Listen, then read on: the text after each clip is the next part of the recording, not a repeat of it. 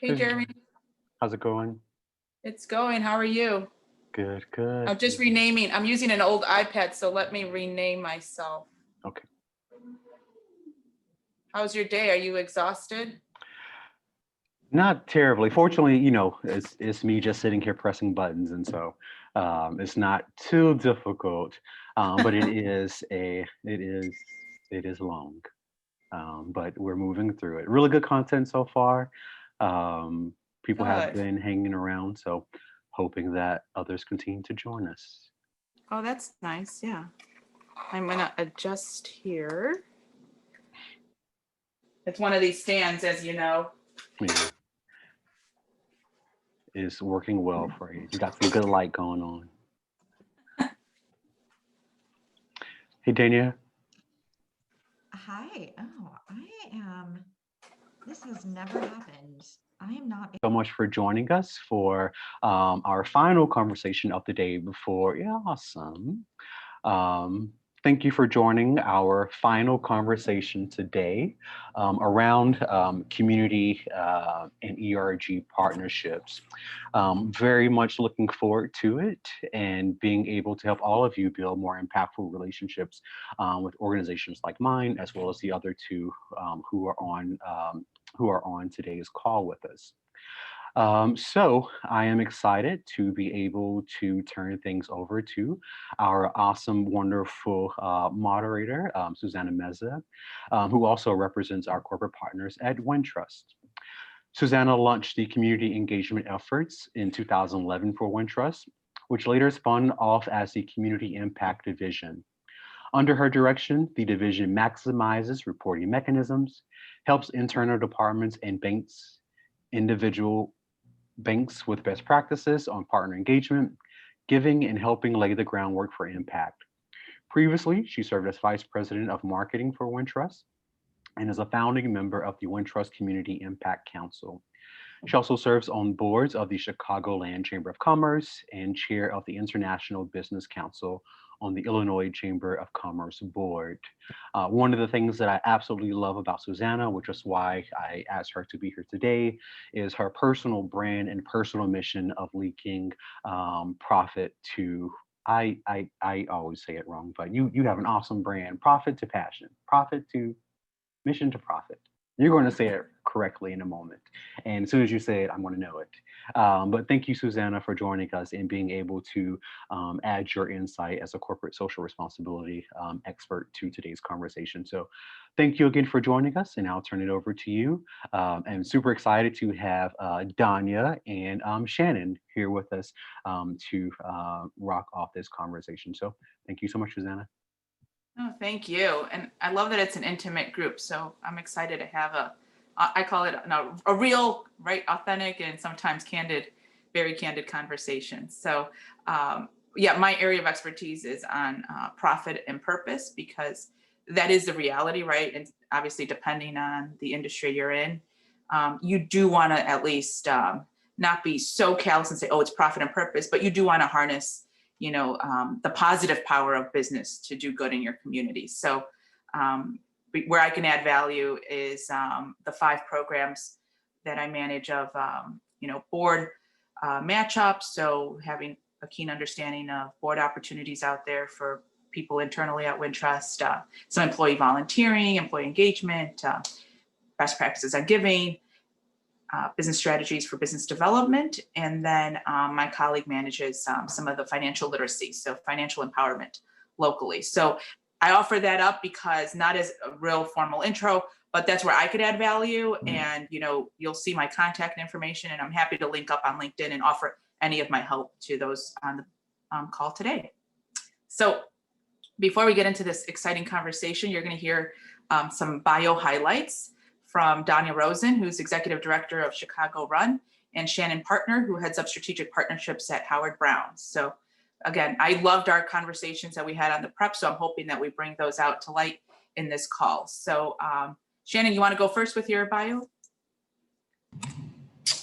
Sure. Well, hey, y'all. I am Channyn Parker. I use she, her pronouns. I am the Director of Strategic partnerships. I don't have my bio in front of me. However, if you just kind of want to know what I do, I work for Howard Brown Health. We are the Midwest's largest LGBTQ plus serving organization, which a lot of y'all already know that. No need to like rehash that. In my particular role, I am responsible for stewarding and maintaining our various relationships. I've done a lot of work in community for a long time, starting off as a direct service provider. I actually was the first openly trans woman to work in Cook County Department of Corrections. Don't know what made me do that, but I did it. And I worked at the Broadway Youth Center, did some trans life work. Yeah, so here I am right now. So very, very glad to be here, y'all. Very nice. We're excited for that. I think you no doubt have some good stories in there too with experience that you could share. So that'll have to be a separate panel, Jeremy, that you'll have to organize. So let's switch over to Danya, please. Yeah, hey folks, also excited and honored to be here. And in addition to you hearing from us, I'm excited to hear what you all are doing and what's working and what's not working on the ERG front. I use she and they pronouns, preferably interchangeably. And I'm the executive director of an organization called Chicago Run, which I'll speak to a bit more later. Prior to that, I was running a different organization more at the intersection of health equity and education. And my background is in nonprofit management and also advocacy. So been in those arenas for the past 14 years, although I started my career doing grassroots organizing and doing electoral work. So that's how I sort of cut my teeth in the nonprofit sector. Very nice. Now, I don't want to surprise Channyn, but I had asked, because we do so many of these calls, I call it humanizing. Maybe that's not the right word, but I wanted to share something fun. And it's okay if you want to skip the question, but saying, you know, during this time, we're all on screen time.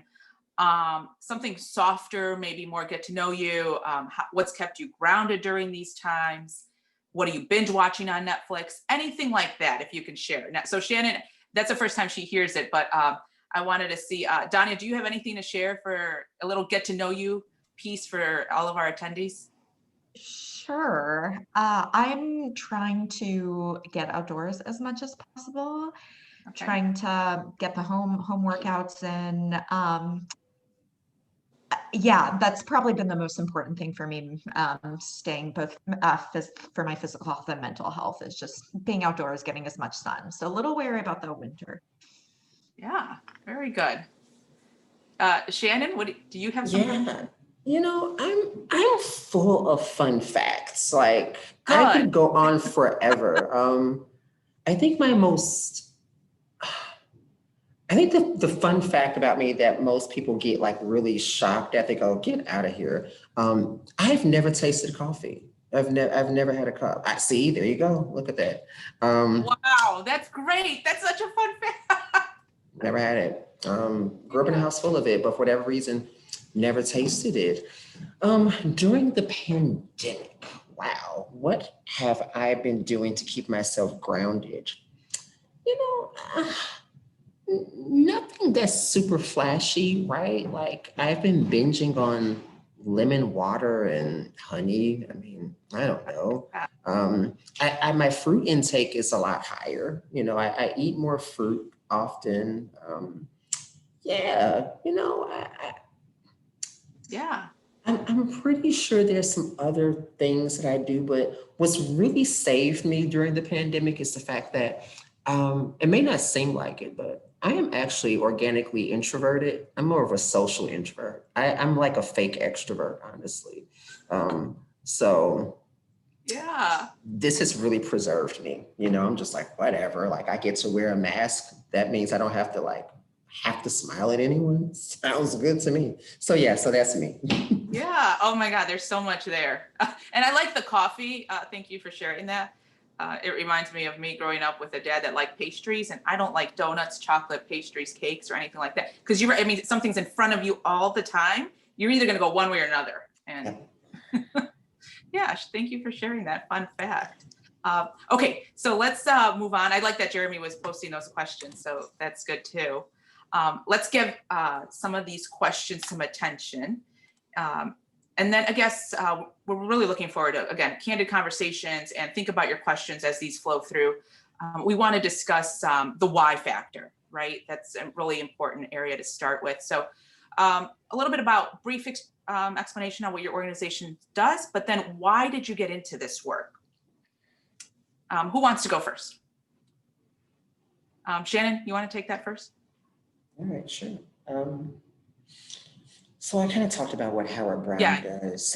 Y'all kind of are familiar with Howard Brown, but why the why factor? Why do I do what I do? I guess I can ask myself that every day, but no, I do what I do, honestly, truth be told, really for a couple of reasons.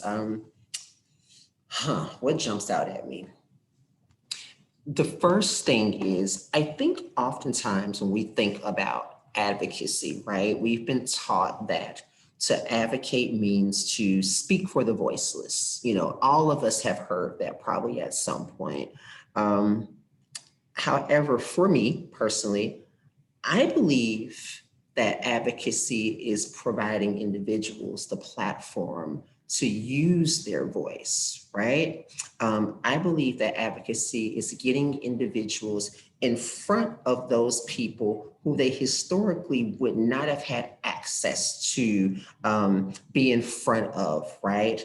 And in this way, they're able to empower themselves by finally having the access and the reach and the platform to say the things that have oftentimes been filtered through advocates or even activists. You know, even though the type of advocacy work that I do is no longer through direct service, but when I'm building partnerships, right, when I'm building relationships, speaking with donors, it's important to me that I'm telling the stories of those who I have served and who the organization serves in a way that still holds on to dignity, right? That I'm lifting up these stories with integrity. The last thing that I'll say in terms of why I do what I do is because I believe in modeling for possibilities. And I'll talk about this probably a little bit later, but as a Black trans woman, you know, working in nonprofit or social service, we come into this work typically through a very narrow doorway, and that again is through direct service.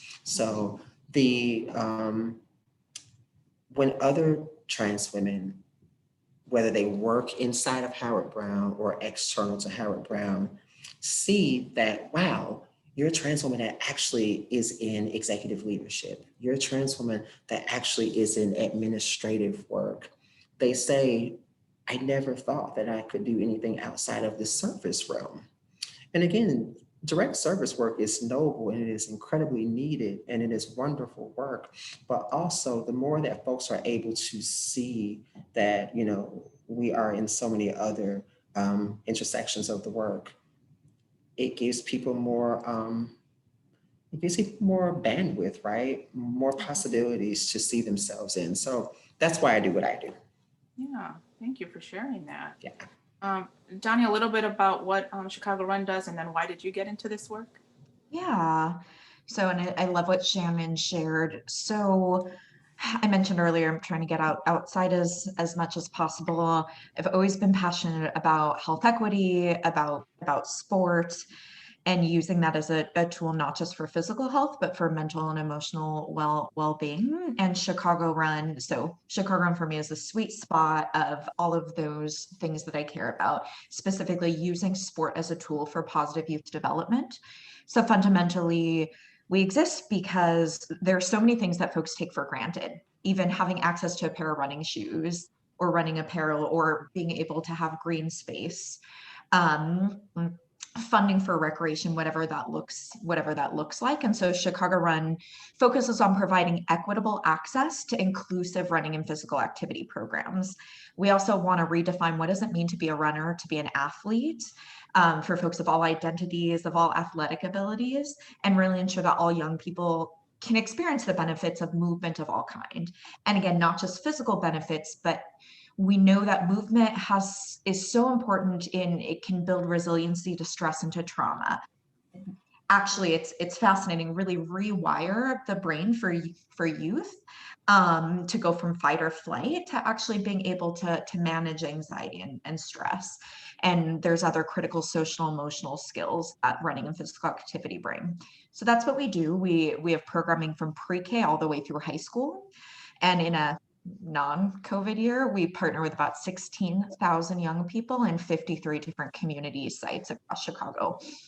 So that's a bit about us, and that's a bit about why I'm passionate about this work. I've had access to so much privilege and so much regard into a lot of this type of programming. And as I mentioned, I started my career more on the advocacy side. I was actually working in foreign policy and international relations, and I thought I wanted to dismantle the military industrial complex. And, not that work I think is integrally related to the funding and the dollars that go towards domestic work and what happens in our communities. But I was trying to talk to people about semi-obscure nuclear weapons treaties. But if folks and communities don't have equitable access to food, to educational resources, then it's really hard to wrap your brain around that. So I knew I wanted to shift focus and work more on the ground, work more with young people, with communities. So Yeah, oh, that's outstanding. And a little bit of value for the ERG audience.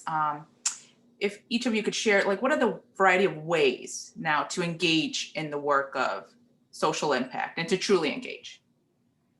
Channyn, you want to start us off? What are the ways that we can truly engage in social impact? Well, something, I am a believer that, I don't want to be scriptural, but love starts at home, right? And it spreads abroad.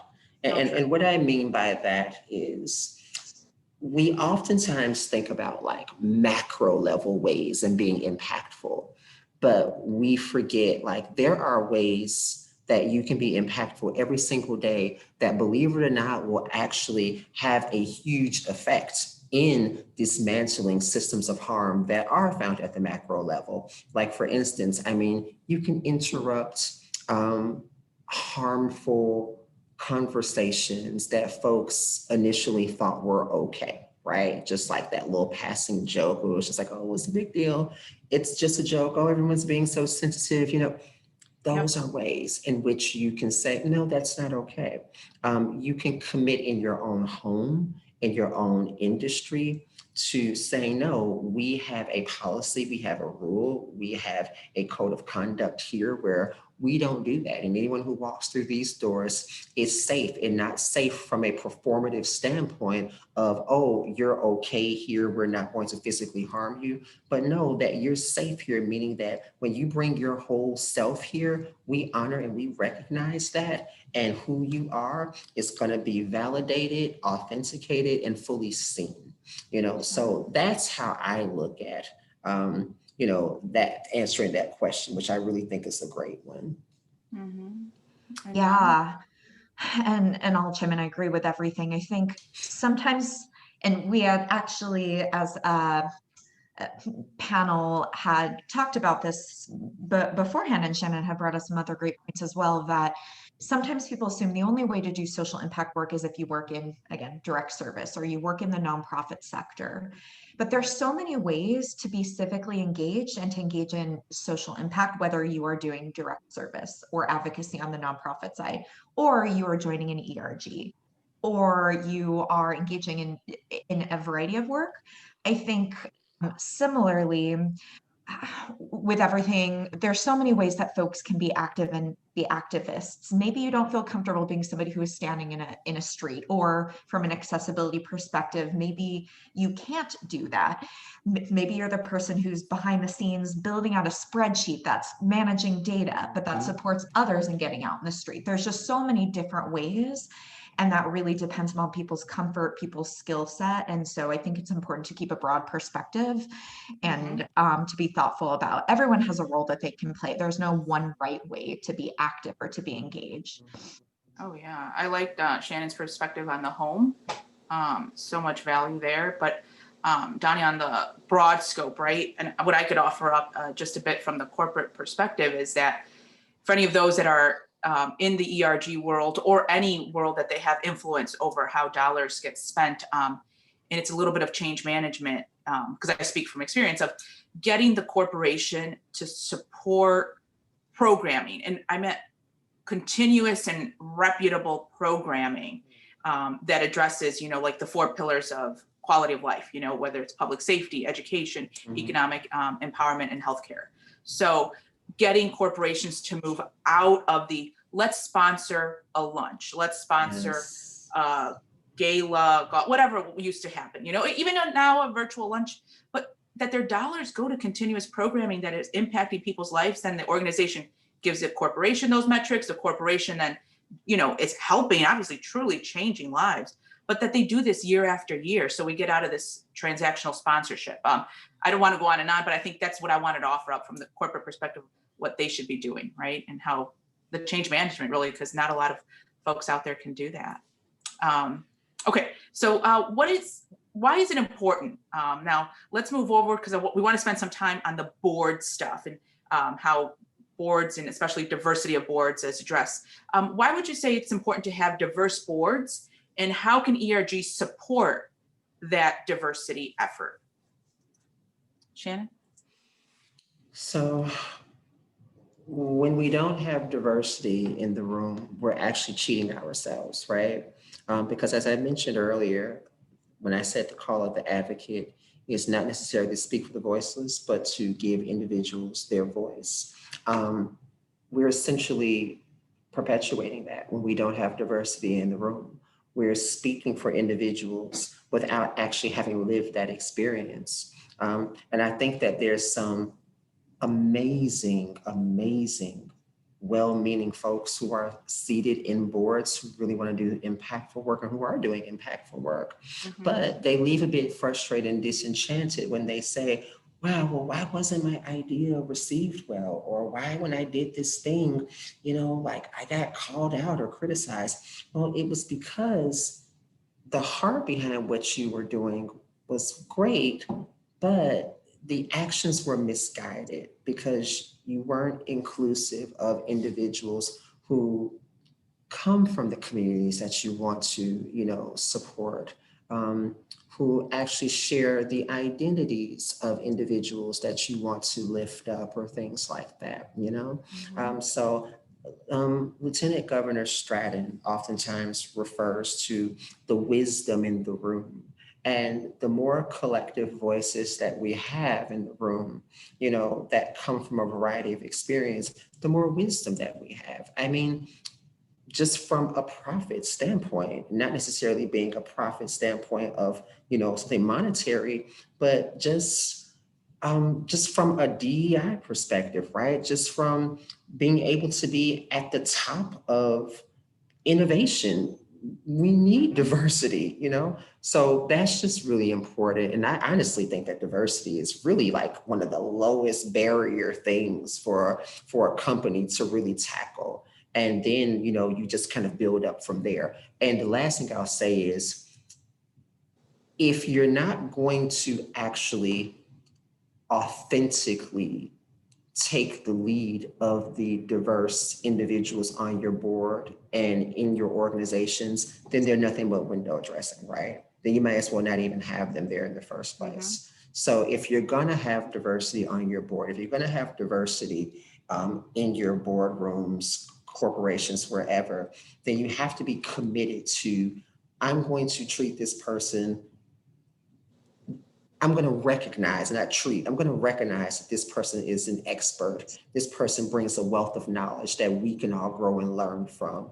Because if you're not doing that, then you might as well continue on as business as usual. I think that often happens. I mean, candidly, it's happened to me. I got the call, like, what do you think of this and this and this? And I put some 5 thoughts on paper. And it was like I said, nothing. You know, Here you but go. yeah, it's, yeah. Danya, board diversity and what can ERGs do?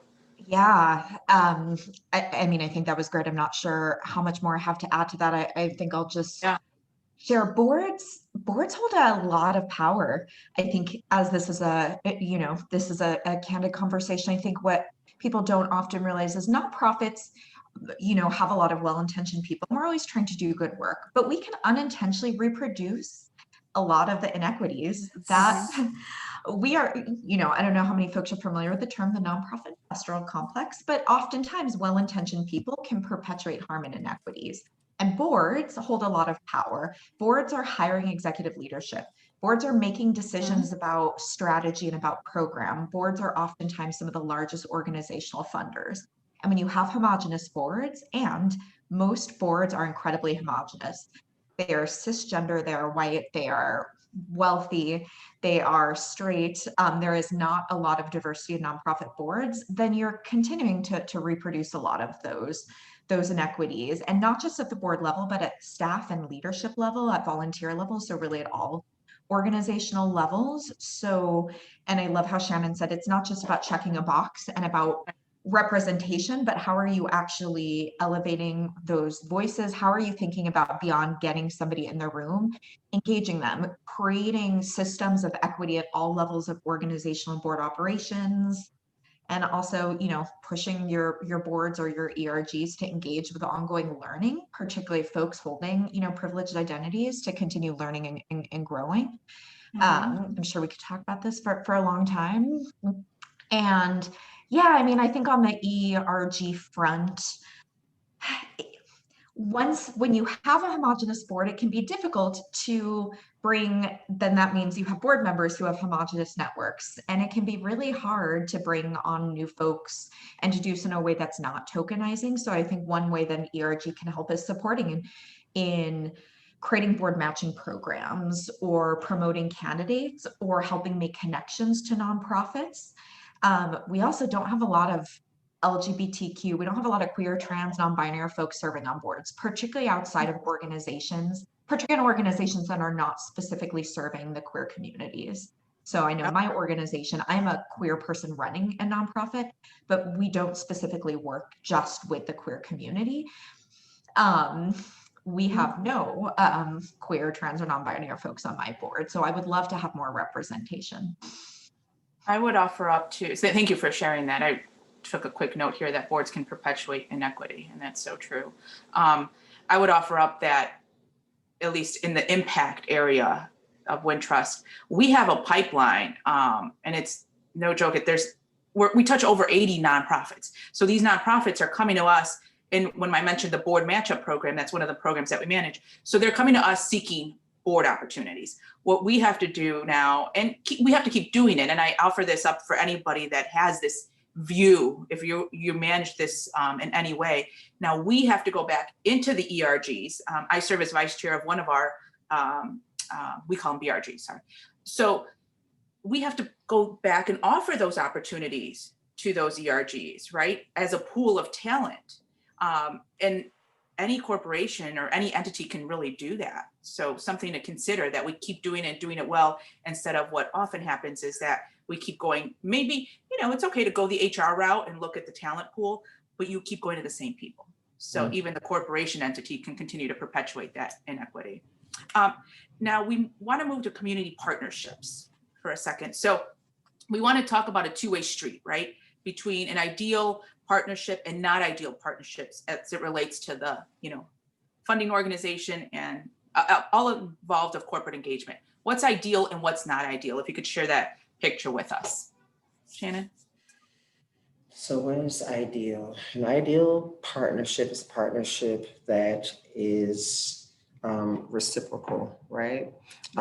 It is not one that's transactional, but those are pretty basic things, right? Like people pretty much get that. Not transactional. One that is not something that is performative, it's not one that is kind of like, oh, it's Pride Month, let's, show that we're, an affirming organization, because everyone knows that like Pride Month is like Christmas for the gays, right? Like who doesn't like want to celebrate Pride Month? But in that same breath, when I said that it's important for organizations or ERGs or BRGs, however you want to call it, to be reciprocal, it's important that your reciprocity actually be beneficial, right? Because I mean, anything can be reciprocal, right? I mean, you give me something, I can give, I can give you something, you give me something, but it doesn't mean that what you gave me was of any value. So I think that it's also important to do your research before you begin to make relationships with certain organizations and certain ERGs or what have you. Also, check your own bandwidth. We know that a lot of times ERGs and BRGs don't have the benefit of their actual parent organization or companies like wellspring of a budget. We recognize that, we do understand that. So, go in telling yourself, do we have the bandwidth to potentially really add value to what this particular group needs, or are we doing something because, oh, it's fun for our employees to do? Are you really reaching out to this organization because you want to be impactful for them, or you want to give your staff or your employees this fun thing to do? Because to be honest with you, trying to accommodate those fun things for folks to do is not fun for us. And I don't want y'all to feel like we don't love you, because we do. No, I know. We totally do. But like when I get the call that says, or the email, hey, we got 30 people who want to find something to do for Pride. Can you got something for us to do? And I'm like, we're not Habitat for Humanity. Like we can't help you build a house for folks. I mean, we have to, we scramble, and then afterwards, like, we take the picture in your ERG t-shirts and you feel great. And, we're just like, okay. And then we're like, all right, some of those relationships end up wonderful. Some of them end up, see you next year and let's do it again, So. I love the way you said that. And I wrote down 2 things. I'm going to have to check with you, because if I do want to post something to LinkedIn, I will get your approval first. But you said something really amazing there. Danya, ideal, not ideal in your experience? Yeah, agree with everything Channyn said. So I'll just give a few concrete examples. Yep. So, and to be clear, we always want dollars, and obviously it's incredibly valuable, but we do recognize ERGs have limited budgets. So there are ways that folks can concretely support with thought partnerships, but let us tell you what thought partnership or what needs we have. So a very concrete example. So, but many nonprofits, we don't have deep infrastructure. We don't have a 10-person finance team. We might have one person who's scrambling to do everything from compliance to legal, HR to finance. Mm-hmm. So when COVID hit, for instance, my organization, we didn't have a business continuity plan. We didn't yet have the cash flow models that we needed to enable us to actually manage our finances over, the near and long-term future, to ensure that we were managing expenses well. So maybe you work at McKinsey, maybe you work at financial services, and you have a template business continuity model. Maybe you have a cash flow model. Those sorts of resources are actually incredibly valuable for us, and they fill a need, particularly again for smaller organizations that don't have really deep teams. So I think that's an example of something really valuable. And I think with a lot of companies or ERGs, sometimes it's, to Shannon's point, understanding what's valuable and what's not by way of financial resources. I won't name names, but we, at my last organization, partnered with an ERG at a pharmaceutical up in Deerfield, up in the north side, that wanted us to create a program to engage them. They wanted us to send some of our program participants, to take them all the way up to Deerfield to do a panel. And which took, it took hours of planning. We had to organize all the logistics. At the end of the day, I think we ended up getting a check for maybe 500, which again, not that that's not meaningful, but I'm going to be honest, it's not in the scheme of things. So also make sure that you really understand that we have understand the budget of the organization that you're working with, and maybe ask them directly. So and don't expect us to bend over backwards. Make sure that you're just in constant communication with what you're asking for, and don't also just use our name and logo to show that you're being responsive in the community. Make sure that you're really putting your money where your mouth. Yeah. Oh, yeah. If I could add to that, Sure. and again, Danya, that's so important, right? Because we definitely don't want folks to feel like we're coming down hard on people, right? Like, we get it, because that's one thing that I actually literally said to my team. I'm like, this is the ERG. This is not Blue Cross. Like, they do not have like access to, you're talking about like 100,000. No, they don't. Like, a lot of ERGs and BRGs fought to actually even have their own space where they can actually be protected and actually discuss and share their identity as it relates to the workplace amongst themselves. And I honor and I respect that, but just thinking about ways in which you can really be supportive throughout the year. It's just like, hey, I know that you guys have your annual event coming up. We would love to buy a table. Those are ways that you're actually really impactful. Hey, we heard that you all just broke ground and are about to build that new youth center. Do you need some free painters? Like, we can, that's impactful, right? Just thinking about, wow, I know that this thing just happened in the community where one of your clinics are.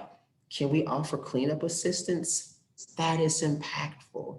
So I don't want folks to feel like, oh my God, they're saying if we don't have a check, then we're useless. No, that's not true, not at all. But just thinking about, like, don't be like the boyfriend or the girlfriend that just calls me at 3 a.m. Like, no, like, I'm around at 3 p.m. too. So it's just being mindful of those type of things, just thinking about how you're showing up. Oh, yeah. And, call me, like, don't forget about me. That's all. So. Oh, yeah. Yeah, I think for the entity, at least the one that's on the funding side, to align with their values. I would comment on just two things really quickly. And it's a real example because it happened. We identify what we value and then say no to the rest, because that's the only way that you're going to build, really impactful and a scale model of impact, right? So if we say we care about this and this, and we say no to the rest, it allows us to inject dollars into going back to the programming, right? So identify your values, align with them, execute them among your vendors and potential customers. So that's just sort of the category, and I have a lot of examples, but the other more tangible example is just know where you fit in too, from the funding standpoint of somebody said, oh, well, this community, and they do need it. There's a community on the South Side, and a lot of the kids need tablets, right? Or surfaces, but we aren't a tech company. And I quite frankly brought up the nice project that maybe you guys know about, the T-Mobile Project 10 Million, where they're, impacting kids, K through 12, but that's their sweet spot, right? They're in tech, they can do this. What we can do is offer our 12 modules of financial literacy at no cost to those parents, to the kids, and do it continuous. And, that's our lane. So I think from the corporate perspective, it's, flex your muscle where you're good at, and don't start to do other transactional things that, not that we won't want to give kids, some tablets, but again, that's one and done, and then we're out, right? So one thing that we want to move over to really in the ERG lane, right? Share some best practices on how now, and I think we sort of touched this, but how ERGs can best show up in your experience and then engage in the community. So if there's anything else, I think we touched on things, but best practices, how are they showing up and how can they show up? Danya, you go. Yeah, so mean, something I was thinking about to this, and I know every ERG or BRG is different and plays a different role within a broader company or organization. Outside of obviously the networking and the things that ERGs do together, one area where I think ERGs can have impact is maybe think about the broader company culture. I have seen, I'm sure this is no one on this call, I have seen companies with ERGs, like a PRIDE ERG, but it was at a company that wasn't very LGBTQ inclusive. So how do you use your ERG to promote a broader, more inclusive culture? What power resources do you have, and how do you leverage that? Is one thing, and hold others accountable there. And yeah, back to what we were just talking about before, be thoughtful about your partnerships, about where you're spending your time. I think that's what I'll just highlight there. Thank you. Yeah, Channyn? I think what's been said doesn't have to be repeated. You know, Okay. I think that just makes perfect sense, and I think that's just a great best practice across the board, because really, honestly, you know, you've heard us kind of answer that question with the other questions too. You know, it's just I won't dwell on this too long, but in my early career, I actually was an outreach worker, very unglamorous. But here's the thing. What I learned from doing outreach is if you go into a community wanting something, right? People sniff it out, and they know that you're just there for like this, you know, photo opportunity. Somebody put tourist, which is a great word. But if you actually build relationship, right? If you actually say, I'm going to make it my business to go to this particular community center twice a month. And even if it just means me showing up with a pan of chicken, and I'm just going to sit down, I'm just going to talk and just get to know folks, people begin to see that consistency, and you become a fixture, and they say, you know what? Wow, like, I've noticed that you're always here. And then all of a sudden they begin to open up to you and warm up to you. And before you know it, you've actually built an inroad, right? You've actually created impact. You know, so those things are just so important. Is thinking about how you can be a standard, right? How you can have a regular presence in a community where you are able to have impact. And the last thing I'll say is this, is that one of the most important things about non-performative allyship, you can remember that phrase, non-performative allyship, is that you do a search within yourself to check what your bandwidth is, right? Because there's no point in you going to do something that you honestly aren't ready for, that you honestly don't have the bandwidth for, that you're just not comfortable doing yet. And that is okay, right? Because we all have work to do on ourselves and within ourselves. So start where you're comfortable, right? Start where you're comfortable, start where you can be impactful, and work your way up from there. So I think you hit it right there. No, I think you hit it spot on, because we were going to ask, you know, what final thoughts, next steps that you would like to share. I thought that was very moving. So we'll call that. And Donnie, do you have anything else before we move on? A final thought? Ooh, I think I That was a covered lot. everything. Yeah. I love what Channyn just said there Yeah. about just build authentic relationships and co-learn together. So every organization is going to be different, has different needs. Every company will have different needs. So just, yeah, figure things out in partnership with people, with organizations, build relationships. And that's such a solid foundation. So Definitely. And we wanted to get it's 5:44. We wanted to give room for questions. So before we go to next steps with Jeremy, Jeremy, do we have questions coming in that we would like to address? No, I don't see questions yet, but I Okay. imagine hopefully with you just now throwing them out there, the questions Okay. will come. I know we did get one earlier. Let me see. which it was, if I know someone asked if you could, you had mentioned those 4 pillars of programming, of continual programming. One was economic development, health. I forgot what they were, but could you say what those 4 pillars were that you all look to, that you talked about earlier at Wintrust? Oh, so yeah, I can say it very clearly, 2 things. I mentioned that there's 4 pillars of quality of life. Not that Wintrust aligns with all of these, but I mentioned that depending on what you're looking at, you know, quality of life means there's a address to public safety, access to healthcare, access to education, and economic empowerment. So that is from, I'm just categorizing, you know, pillars that of impact. At Wintrust, that's a very separate view.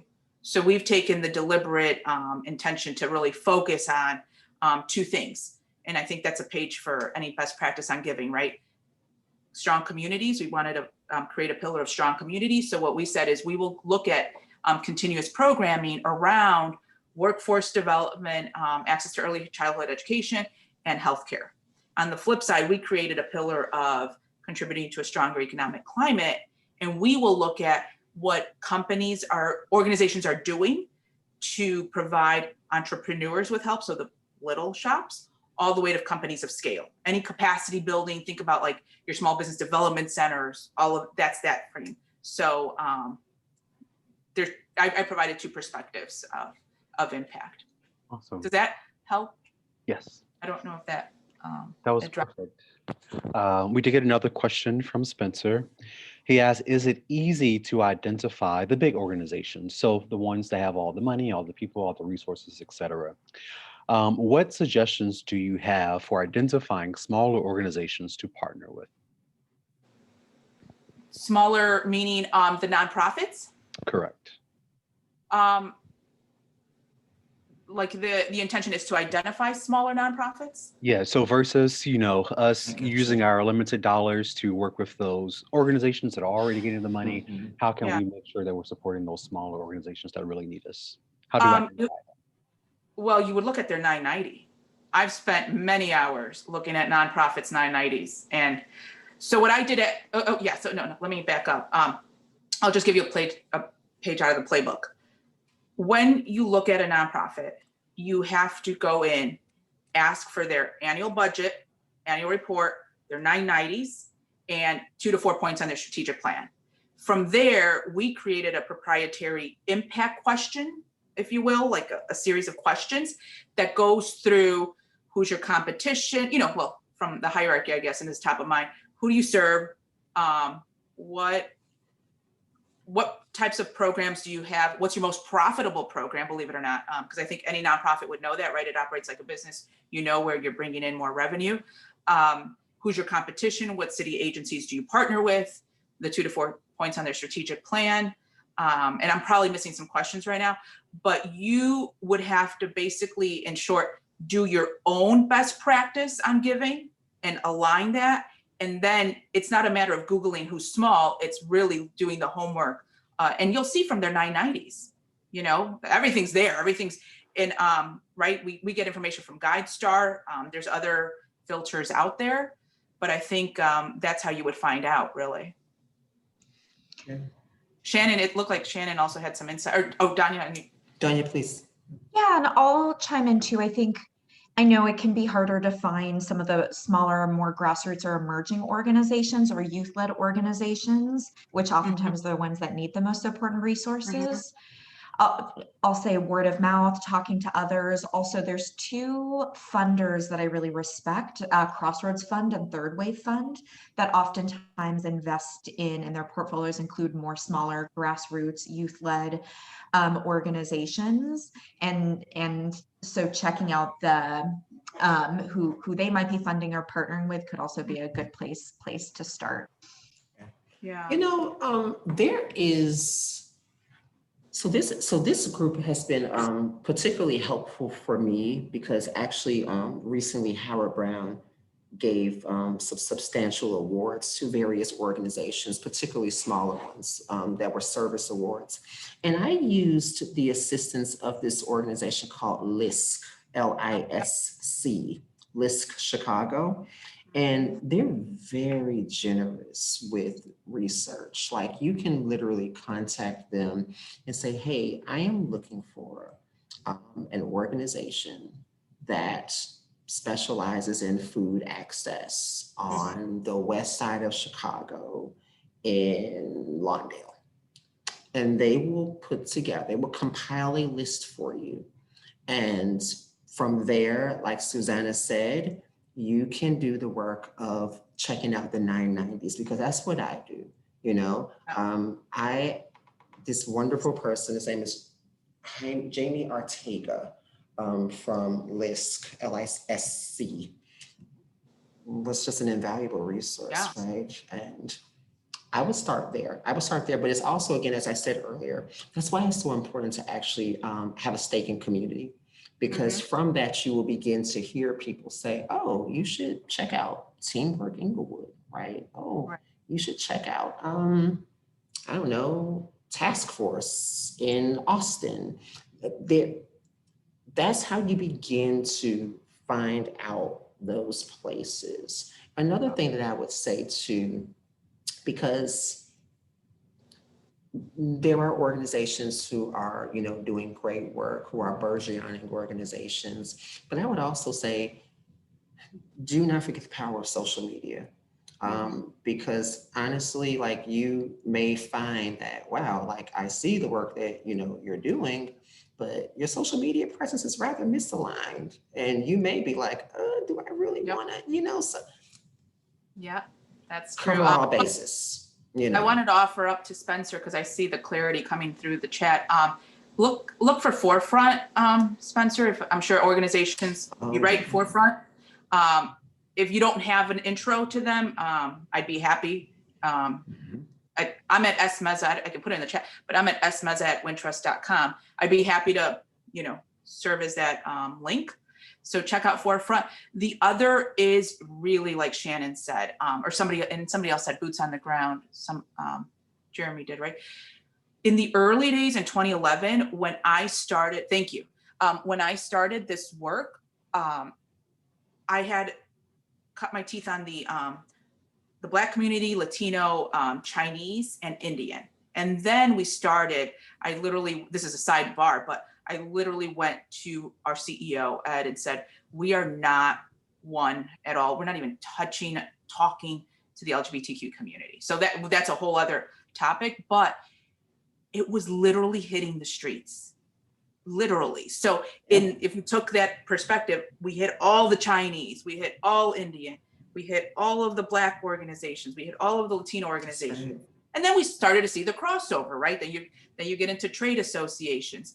So, you know, I could probably help, but you really is the boots on the ground. And then you know, and you can't ignore, this is also reality, guys. And I think, you know, we all know this. There's also smoke and mirrors, you know, there's strong social media presence. There's strong, but there's nothing there. So I also learned a lot there. So think, you know, it's a lot of boots on the ground. Yeah, but Forefront, right? I think that's clear that I can do that. I can pass that along. What else? This is good. I said, I'm not throwing anyone under the bus, but y'all better do your research thoroughly, because she'd be amazed. So, yeah. We can take one more question if anyone would like to throw one out there very quickly. I have one quick one, oral question.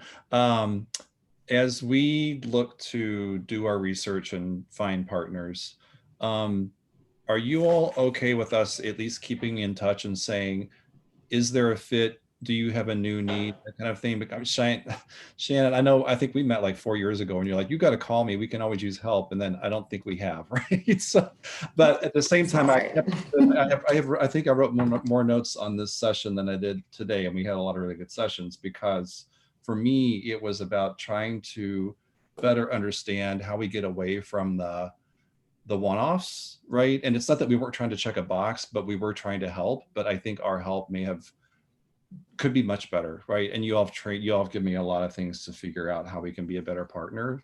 to people and not just show up 1 day or 2 days a year and clean a bathroom or, you know, serve food, which those are needed. But is it okay? Is it still good to keep in contact with you on like a quarterly basis, just to touch, even if there's not that fit that we know yet? Keep in touch with you? Do you get mad when people keep calling and nothing ever comes? No, not at all. Not at all. I would That is an rather, ideal I'd part. rather not forget you, you know. But yeah, no, absolutely. That's Jeremy just said, that is an ideal partnership. That's what you're supposed to do.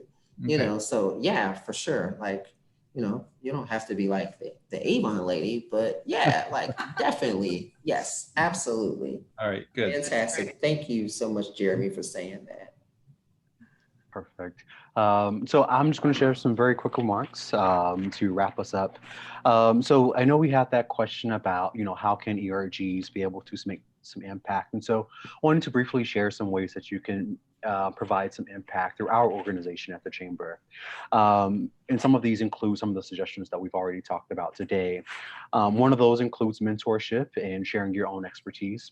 Obviously, you all are experts in a lot of different areas, either just by your own profession or where you work by your company.